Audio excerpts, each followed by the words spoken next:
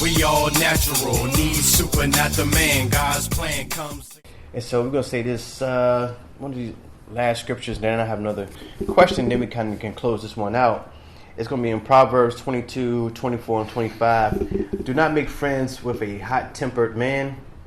Do not associate with one easily angered, or you may learn his ways and get yourself ensnared. So this is a touch on that here in a second, but one of the last questions I had is, should you feel offended from people that are closest to you that won't listen to you? No.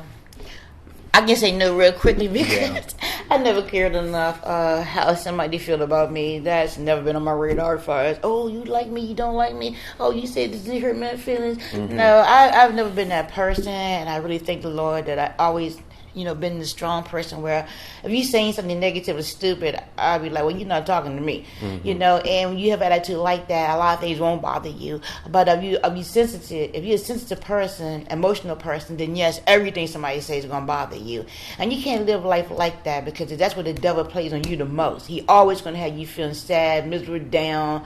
I just never been that person. And I think that I know for a fact that once you receive Jesus and once you get baptized in the Holy Spirit, you're not going to feel that way either. They're not going to affect you anymore. That's why you're going to put the armor on. So what did the devil trying to throw at you, hit you with, it's not going to bother you. It's going to reflect off, you can reflect on them. Yeah. So I think that for sensitive, emotional people that's not saved and delivered, yes, you're going to feel offended with everything. I don't know why people waste their time worried about what somebody said about them that don't even know you. I don't know you. Yeah, it's tough. I mean, I don't know you, but you have to remember, so you put yourself out there for people to comment on what you're doing and saying. Yeah. Now, I'm really blessed now to know that in the 70s, we didn't have any of this stuff that's going on right now with the media. Every single thing I do, I got to post it, picture it. And then as soon as somebody be negative about what I'm doing, I'm going to be offended? Why? I put myself out there. Yeah. You're supposed to already be aware that there's going to be some negative people because that's who the devil actually works with. It's the negative folks. They can't wait to see a post so they can say, oh, well, you this and you that. You going to be offended? No, just take it as a compliment because they're hating, they're jealous, they're envy, they're being led by a demon spirit. Yeah. That's their mission, is to make people feel bad. And knowing that, be proud of who you say you are when you put yourself out there. You can read the comments, but ignore the comments because you already know who they are. That's their mission, is to make you feel bad, and it's easy to do. It broke my heart to hear how elementary kids are being bullied and they would actually go off and kill themselves. How did that happen? It's a demon spirit. So you have to realize that the demon is in your household, around you at all times when you're thinking the wrong way and living the wrong lifestyle. We supposed to die before our kids, but our kids are dying before us now, and that shouldn't be happening. Yes. And when you said earlier how the older generation of men and women supposed to be training and teaching the younger generation of males and females, and we're not doing that. Yeah. It's like we done ran off and hidden somewhere, and we are moving around, but we're not doing anything. Yeah. Just being kind to somebody every day, just to say hello, how you doing, is a lot. Because you don't know who you're going to help that day by saying hi to them. They could be in a state of mind where they want to do something crazy. But because you came along, it was a nice person, you changed their whole perception of what they were thinking.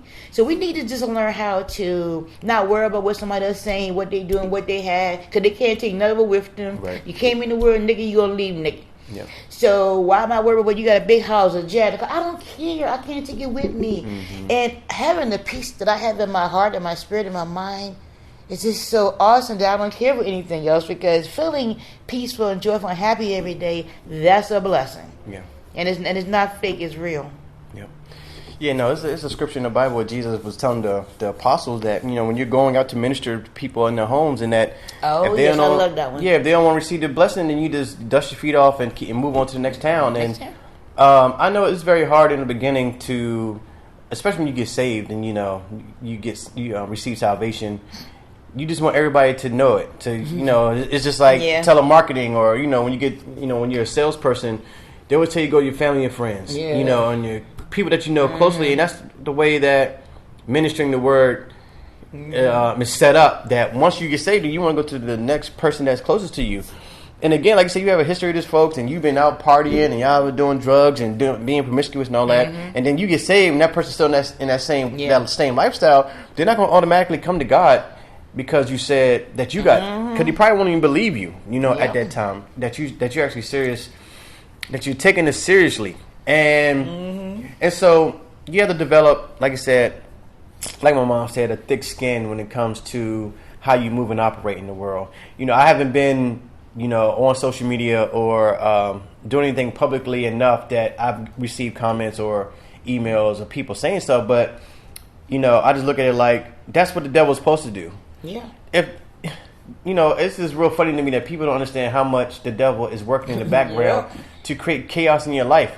And also when you get saved, then that's when he's working 100 times harder. So, okay, I'm doing the right thing. I'm saying the right thing now. I'm not all partying. I'm not doing this. I'm doing that. And you think that you're supposed to get away scot-free. I mean, no, it doesn't work that way. And so you got to understand that you have to develop a thick skin of awareness spiritually, which you already know what's going on spiritually, because this is a spiritual warfare. Yeah. The devil is working hard with the demons for what you see on TV, what you hear on the radio, people that's out and about. You already know that he's going to do something to derail you, from staying on guard for the Lord.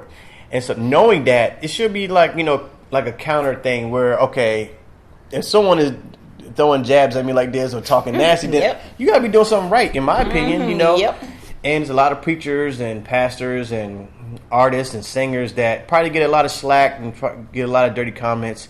But as long as you know you're doing the right thing for the Lord and you are very sincere and you're led by the Holy Spirit, you are going to get blessed. And just because I can't see you getting blessed, I just see it like that. Why this person talking crazy to him like that?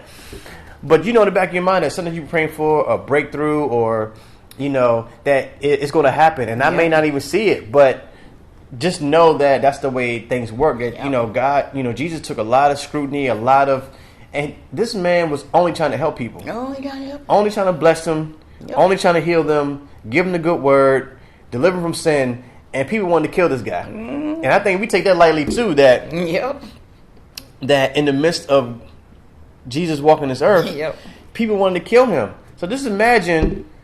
In today's society now, people want to kill you for doing the right thing. And you can't fathom that, because it's like murder is when in the Ten Commandments. So somebody that wants to kill me for talking about doing the right thing, it's like, wow, it's crazy. It makes you not even want to do it a lot of times, because it's like, so if I'm out here bending over backwards, volunteering or helping this person or helping that person, and they want to cause me harm, why would I want to do this? You know what I'm saying? And so that's something that you be very careful, just as a believer, that you have to develop a thick skin when it comes to what you're about to take on. Because we're supposed to be out here with the people that's in sin, that's lost, that's in the same neighborhoods and the same communities that we came from, that we were doing the same thing. And if someone had came to me at that time, I probably wouldn't have necessarily stop right at that very moment, but because somebody approached me, someone said something to me, handed me a pamphlet, whatever, that could change my outlook, it would help me down the line, And I remember that day when I was standing outside the club and I'm drunk, and this person handed me a pamphlet about going to hell. That actually, that did happen before, and that does. You're like, wow, I could really go to hell right now, But did it do enough to change you? No, not at that very moment. Of course not. But when you look back on these situations, you do understand that once you get into God and you're doing it for real, that the devil's going to do whatever you can to derail your path.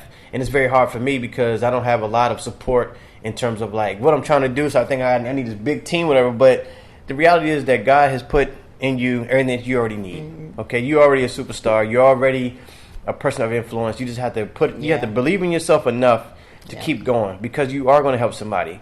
I don't know who I'm talking to, but just trust and believe that people throwing you shade and talking about you and about this and about that, just know that doesn't even matter, because if they're not saying it to your face, or they're not, you're not having a direct conversation with them, like my mom said, that shouldn't really matter. But we allow it to matter to us nowadays. Like somebody say something, you're like, wow, where's this coming from? Why you have malice towards me and I don't even know who you are? You know what I'm saying? And so, but we can't rely on that, because I know Joel Osteen has said that one time about, and he gets a lot of slack, but how a guy was just so against what he was doing, and You know, he was just, just like really against what Joel was saying. And then one day when he met Joel, his whole outlook changed about him because he could feel the Spirit working into Joel. And then whatever he thought about him changed when he met him. And I know that's going to happen a lot when people actually meet you in person. Right. You really led by the Spirit. They can be like, wow, man, you totally different than I could, wow. Like, and they have to apologize. They said your enemies are going to have to bow before you. They're going to have to set a table for you. And that's exactly what it means. That these people that are talking nasty to you are going to have to bow down to the Lord at some point. Because you're doing the right thing. Do not seek attention. Do not seek, approval from others. Be led by the Lord. Right. Don't put nobody before God. That's one of the first commandments. Don't put any idols or anything before God, and then you'll be okay. So you have to get a thick skin in this walk, because the devil is always going to play a part in trying to break the kingdom down. Right.